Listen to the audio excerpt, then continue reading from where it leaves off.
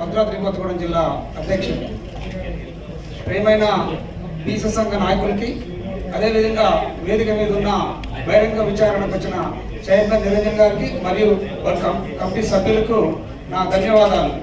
ఈ BC commission బీసీల సమస్యల మీద మాట్లాడటానికి గత 100 సంవత్సరాల నుంచి కార్యక్రమాలు జరుగుతున్నాయి. ఒకటి సైమన్ కమిషన్ వచ్చింది, ఆ తర్వాత మండల్ కమిషన్ వచ్చింది, ఆ తర్వాత మన ఈ కమిషన్ వస్తుంది. ఇవన్నీ కమిషన్ వచ్చినది చరిత్ర. సరే ఇప్పుడు ఈ కమిషన్ వచ్చింది, ఈ కమిషన్ పోతే ఇంకా 10 కమిషన్ ఇప్పుడు మనకి ఏం కావాలి? ఈ కమిషన్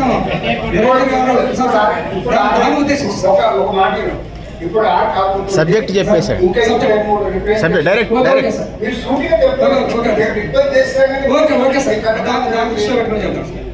అయితే ఈ కమిషన్ రాకముందే నిరంజన్ గారు అవగాహన కోసం మీరున్న మీ సమస్యల మీద మీకున్న కులాలలో అవగాహనకు సంబంధించిన సబ్జెక్ట్ వరకు తయారు చేసుకొని మీరు రెడీ అయి ఉంటేనే కమిషన్ వేగవంతంగా నడుస్తుందని చెప్పేసి చెప్పడం జరిగింది.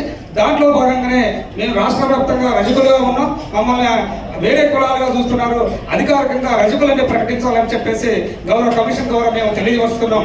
రజకులు అనేవాళ్ళు ఇవాళ ఇక్కడ ఉన్న నాయకులు అందరూ తెల్ల చొక్కాలు వేసుకొని అందంగా కనపడుతున్నారంటే రజకులు చేసిన చాకిరీ ఉంది. ఈ చాకిరీ వెనక ఒక రజకుడు 12 గంటలు నిర్విరం కూర్చొని బట్టలు ఇస్త్రీ చేస్తే అనేక రకాల కెమికల్ వాడి తన ఆరోగ్యాన్ని పక్కన పెట్టి పనిచేస్తే తప్ప ఈ అందమైన దుస్తులు రాలేదు. మరి ఈ వ్యక్తి జీవనోపాధి 50 సంవత్సరాలు దాటితే నుంచొని తిమ్మిర్లెక్కి అనేక రోగాల సమస్యలకి కుదించబడుతుండు. మరి అట్లాంటి వ్యక్తికి మా గౌడ సోదరులు తమ నేతల సోదరులకు ఇచ్చినట్టు 50 సంవత్సరాలు నిండినట్టే పెన్షన్ విధానం ఇస్తున్నారు. గౌరవ ప్రభుత్వం ఇప్పుడైనా ఆలోచించి 50 సంవత్సరాలు నిండిన మా రజకులకు అందరికీ తక్షణం పెన్షన్ ఇచ్చే విధానం కొనసాగించాలని, అదేవిధంగా మా భద్రాద్రి కొత్తగూడెం జిల్లాలో అనేక రకాల రజకులు అనేక రకాల సమస్యలతో బాధపడుతున్నారు. వాస్తవానికి ఇటువంటి పరిణామంలో కమిషన్ గా చెప్పారు, మీ రజకుల మీద ఎక్కడ దాడి జరుగుతుందంటే రీసెంట్ గా జాక్రాన్పల్లి నిజామాబాద్ లో వీడీసీ పేరుతోనే అక్కడ రజకుల మొత్తాన్ని వెలివేయడం జరిగింది. గత నెలలోనే మేము భారీ ఎత్తున జిల్లా వ్యాప్త రాష్ట్ర వ్యాప్త ఆందోళన చేస్తేనే అక్కడ కమిషన్ దాన్ని ఎదుర్కొని అక్కడ ఉన్న సమస్యలను సాల్వ్ చేయడం జరిగింది. అంటే రజకులు అనేవాళ్ళు అనేక రకాల సమస్యలకు శుభసూచకంగా పనిచేస్తాను తప్ప ఏ రాజకీయ నాయకుడైనా మాతో కొబ్బరికాయ కొట్టిస్తాడు, ఏ వివాహాలకైనా మమ్మల్ని ఆహ్వానిస్తాడు. కానీ రాజకీయ వేదిక మీదకి వచ్చేసరికి మమ్మల్ని కింద కూర్చోబెట్టే పరిస్థితి వస్తుంది.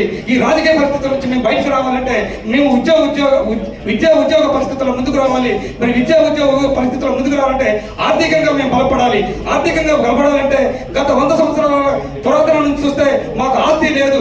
మరి ఆస్తిని మనం సమకూర్చుకోవాలంటే ఏదో విధంగా ప్రభుత్వాలు మాకు అసైన్మెంట్ భూములు ఇచ్చింది, అదేవిధంగా ఇనాం భూములు ఇచ్చింది. ఇప్పుడు ఇనాం భూములు అసైన్మెంట్ భూములు మొత్తం ఇతర కులస్తుల చేతులకు వెళ్ళి 170లో మేము ఉన్నాం. మరి అయినా దానికి విరుద్ధంగా మా దగ్గర ఉన్న భూములు మొత్తం గుంజుకొని అన్ని ప్రాంతాలకు వెళ్ళిపోయి ఉన్నాయి. మరి వీటిని గౌరవ కలెక్టర్ గారు జాయింట్ కలెక్టర్ గారు ఉన్నారు కాబట్టి మా సంఖ్య మాకు వచ్చిన ఇనాం భూములు అసైన్మెంట్ భూములు చాలా ఇతర చేతులకు వెళ్ళినాయి. మేము ఇచ్చిన దరఖాస్తుల విరుద్ధలు కూడా ఉన్నాయి. వారికి ప్రత్యేకంగా మరొకసారి గుర్తు చేస్తున్నాం, మా భూములు మాకు వచ్చే పరిస్థితి ఉంటే మేము ఆర్థికంగా మా పిల్లలను చదివించుకునే పరిస్థితి ఉంటుంది.